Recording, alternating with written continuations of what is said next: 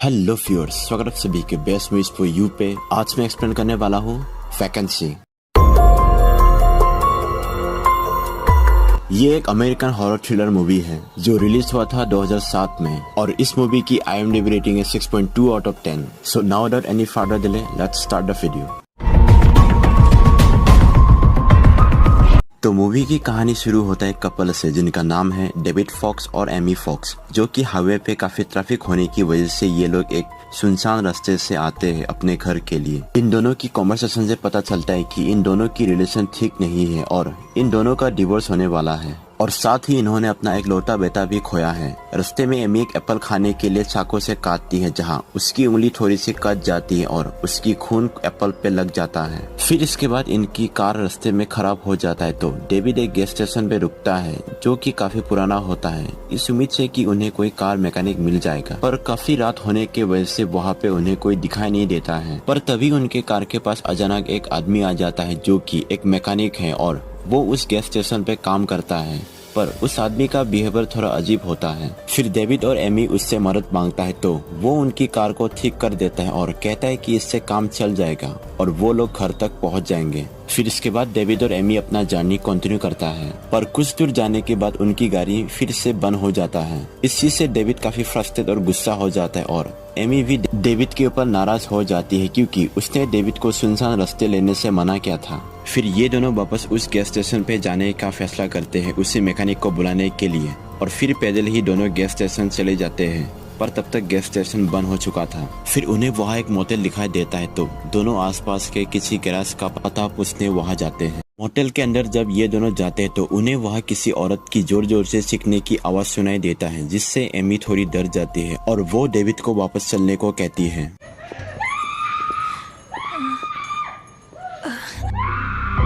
पर David Amy की बात नहीं मानता और वो रिसेप्शनिस्ट में रखा बेल बजा देता है।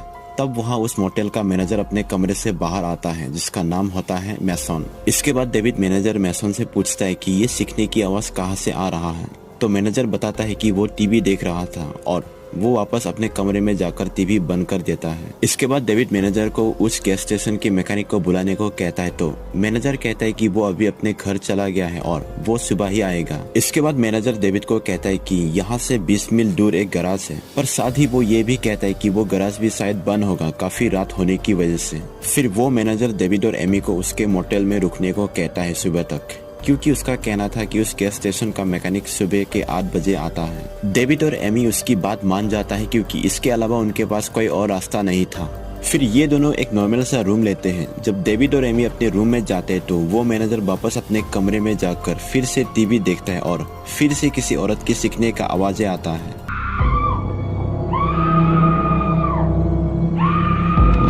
इसके बाद जब डेविड और एमी अपने रूम के अंदर जाते हैं तो वो देखते हैं कि उनका रूम काफी पुराना और गंदा है। फिर एमी अपनी दवाई लेने के लिए जब पानी का नल खोलती है तो नल से काफी गंदा पानी निकलता है, जिस वजह से उसे बिना पानी के ही दवाई लेनी पड़ती है। पर इस पे एमी और डेविड ज्यादा ध्यान नहीं देता है। तभी उनके रूम का टेलीफोन बजने लगता है, पर जब एमी फोन उठाती है तो कोई रेस्पॉन्ड नहीं आता है। फिर उनके रूम के दोनों दरवाजे पे कोई जोर जोर से नॉक करता है, पर डेविड जब दरवाजा खोलकर देखता है तो बाहर कोई भी नहीं होता है। इस चीज से डेविड और एमी काफी फ्रस्ट्रेट हो जाता है। फिर डेविड जाकर मैनेजर को इसकी शिकायत करता है, पर मैनेजर कहता है कि आज रात सिर्फ वो दोनों ही मोटेल पे ठहरा है। तो डेविड कहता है कि कोई है जो उनके दरवाजे पे नॉक करके उन्हें परेशान कर रहा है। तो मैनेजर कहता है कि कभी कभी ऐसा होता है जब कोई कॉलेज के लड़के और लड़कियां उनकी होटल रूम में चुपके से खिड़की से कमरे में घुसता है और सुबह होने पे पता चलता है। इसके बाद मैनेजर कहता है कि वो जाकर देखेगा कि क्या गड़बड़ है। फिर डेविड वापस अपने रूम में आता है।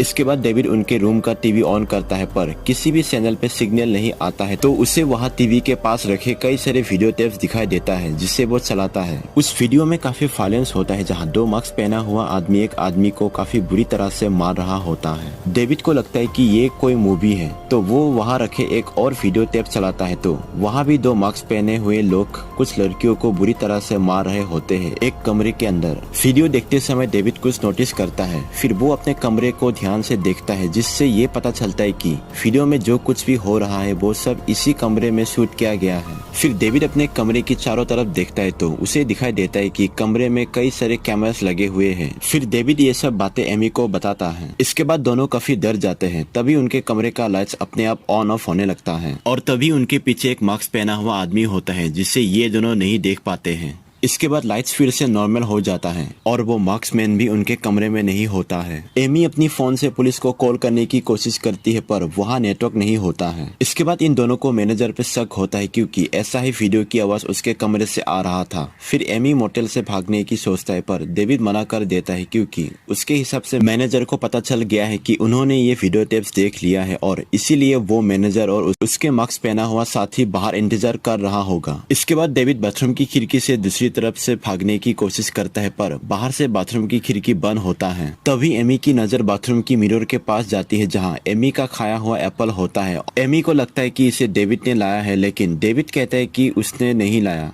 पर हमें पता है कि ये एप्पल उस मार्क्समैन ने लाया है जो इनके पीछे खड़ा था लाइट्स ऑन ऑफ होते समय। डेविड को अंदाजा हो जाता है कि ये दोनों अब एक बहुत बड़ी मुसीबत में हैं। इसके बाद डेविड रूम की सारी लाइट्स बंद कर देता है और खिड़की से बाहर देखता है और जब उन्हें कोई दिखाई नहीं देता तो दोनों बाहर तेजी से भागते हैं। पर तभी उनके आगे एक मास्क पहना हुआ इंसान आता है तो दोनों दूसरी तरफ भागने की कोशिश करता है तो दूसरी तरफ एक और मार्क्समैन उन्हें मारने के लिए आता है। डेविड और एमी दोनों वापस अपनी रूम की तरफ दौड़ता है जिस दौरान एमी की फोन नीचे गिर जाता है और एमी फोन को उठा नहीं पाती। इसके बाद दोनों दरवाजे की लॉक खोलने की कोशिश करता है पर दरवाजा खुल नहीं रहा होता है पर किसी भी तरह से दरवाजा खुल जाता है और ये दोनों अंदर जाकर दरवाजा लॉक कर देता है। उन मार्क्समैन में से एक एमी की फोन में पाव रख देता है जिससे फोन टूट जाता है। इसके बाद एमी फिर से बाथरूम की खिड़की खोलने की कोशिश करती है पर खिड़की के बाहर एक मार्क्समैन होता है। इसके बाद डेविड थोड़ी देर खिड़की से बाहर देखता है और जब बाहर कोई नहीं होता है तो डेविड अकेले ही मोटेल की टेलीफोन बूथ पे पुलिस को कॉल करने जाता है पर जब वो पुलिस को कॉल करता है तो जो कॉल उठाता है वो डेविड को उसके नाम से बुलाता है जिससे डेविड को पता चल जाता है कि ये मोटेल का मैनेजर मैसन है।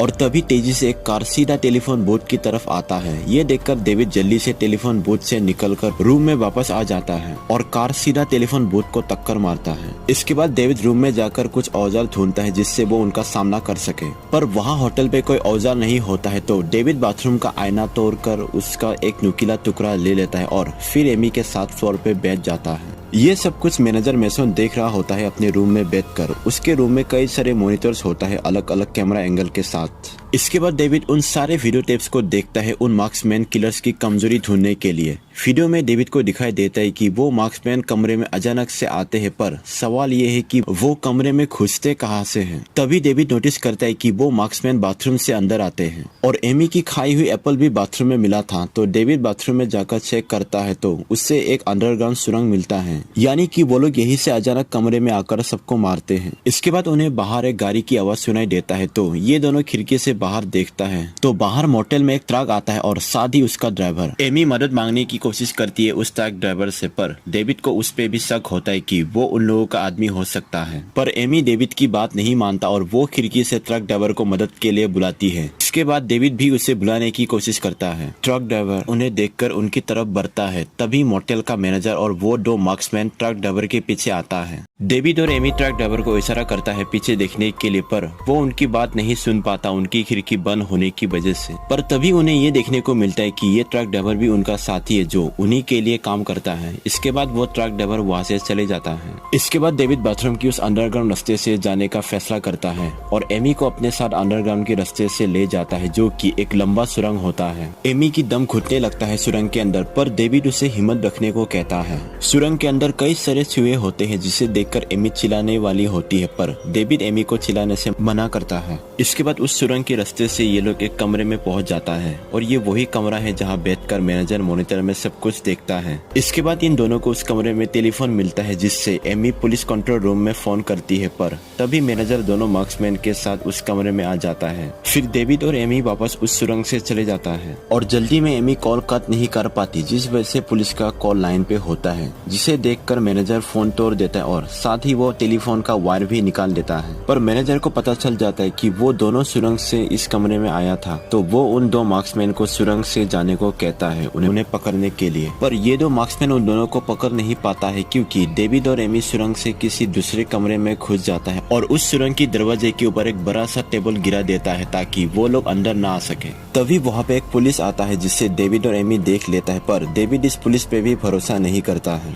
डेविड एमी से कहता है कि पुलिस यहाँ पे आया कैसे, तो एमी कहती है कि शायद पुलिस वालों ने उनकी कॉल ट्रेस कर लिया होगा। इसके बाद वो पुलिस मैनेजर मैसन से मोटेल को चेक करने की बात करता है, तो मैनेजर कहता है कि पिछले 3 दिनों से यहाँ कोई भी नहीं आया है। पर पुलिस होटल की यार्ड पे टेबल्स और चेयर्स टूटा हुआ देखता है तो उसे शक होता है, पर मैनेजर कहता है कि कॉलेज के बच्चों ने ये सब शरारत किया है। इसके बाद मैनेजर पुलिस को डेविड और एमी की रूम दिखाने जाता है, पर मैनेजर कहता है कि इस रूम की चाबी ऑफिस पे है। ये कहकर वो चाबी लेने जाता है। इसके बाद वो पुलिस जब दरवाजा का लॉक नॉर्मली हाथ से खोलता है तो दरवाजा खुल जाता है। इससे पुलिस को शक होता है। फिर पुलिस रूम के अंदर जाता है और उसे टीवी टूटा हुआ दिखाई देता है। इसके बाद वो बाथरूम जाता है जहाँ वो सुरंग देख लेता है। इसके बाद जब पुलिस बाथरूम से वापस आता है तो टीवी ठीक ठाक होता है और वही वायलेंस वीडियो चल रहा होता है। ये देखकर वो पुलिस डर जाता है और अपना गन निकाल लेता है। वही दूसरी तरफ डेविड और एमी की कमरे की सुरंग में से एक मार्क्समैन कमरे में आने की कोशिश करता है, पर डेविड टेबल के ऊपर प्रेशर देता है ताकि वो अंदर ना आ सके।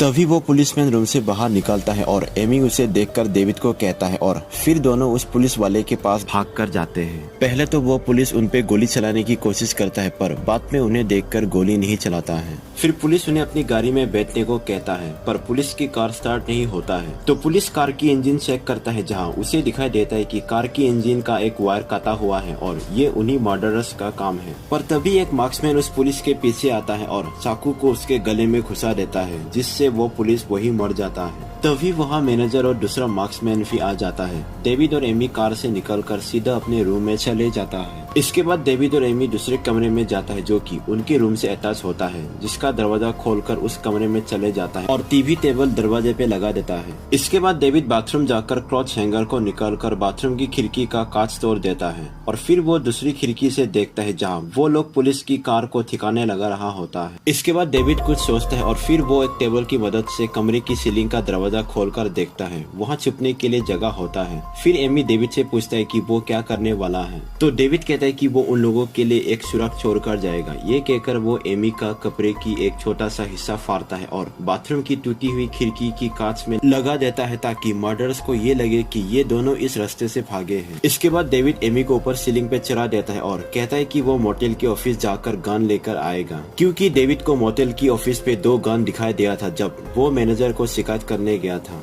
इसके बाद ये सुनकर एमी डेविड को मना करती है उसे अकेले छोड़कर जाने से, पर डेविड एमी को सीलिंग का दरवाजा बंद कर लेने को कहता है। इसके बाद डेविड दरवाजा खोलता है बाहर जाने के लिए, पर तभी वो 2 मार्क्समैन आता है और डेविड के पेट में चाकू घुसा देता है, जिससे डेविड बुरी तरह से घायल हो जाता है। और वो मैनेजर भी आता है और कैमरे से उसका वीडियो बनाने लगता है और उसे जल्दी से मरने को कहता है। ये सब कुछ एमी ऊपर से देख रही होती है और वो बिना आवाज किए रोती है। इसके बाद मैनेजर बाथरूम की खिड़की पे एमी का फटा हुआ कपड़ा देख लेता है और फिर अपने साथियों को एमी को ढूंढने को कहता है। इसके बाद सुबह हो जाता है और एमी पूरी रात सीलिंग के अंदर ही सोती है। इसके बाद एमी नीचे उतर कर आती है और कमरे के बाहर डेविड पड़ा हुआ होता है, पर तभी एक मार्क्समैन एमी के पीछे आता है, यानी कि वो उस कमरे में ही इंतजार कर रहा था पूरी रात। एमी उसे देख लेती है और सीधा मोटेल से बाहर दौड़ने लगती है और उसे वहाँ एक कार मिलता है जो कि शायद उन मर्डरर्स का या फिर दूसरे विक्टिम्स का होगा। एमी कार में बैठकर कार स्टार्ट करने की कोशिश करती है, पर कार की होल में स्क्रू ड्राइवर घुसा हुआ होता है।